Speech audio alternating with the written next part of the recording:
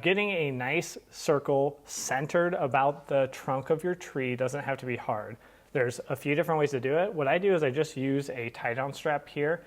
I put a loop and then I'll put my edger inside that loop. You could put your spade if you're just using a spade, and then I'm going to pull that tight, and then I'll just use that to keep me consistently 3 feet away from the trunk.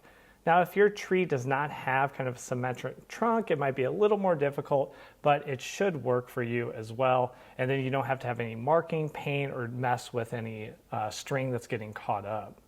Now, once you have that perimeter all cut around, now I start to actually cut out the sod. Now remember, depending on your situation, you might be tossing this out and getting it out of your yard. For me, I'm reusing it. So you could throw it in your wheelbarrow. I'm just throwing it on a tarp. I like using tarps in different projects around the yard because I can just drag that to another part of the yard. Specifically here, I'm just going to drag it to the side of my house because I'm going to use that sod to fill in some bare patches along that side of the house. And just a heads up, this is going to be where you're exerting the most energy getting the sod out. So if you got some kids around the house, this would be a great time to call them in and burn off some of their energy. And then no need to get things perfect right now. Just go ahead and get that sod off, and then we'll jump down and kind of slope things out and clean it up before we start to put the mulch in, and show you how to reduce the chances of weeds coming up through your mulch and the part that you need to avoid to make sure you're not going to hurt your tree long term.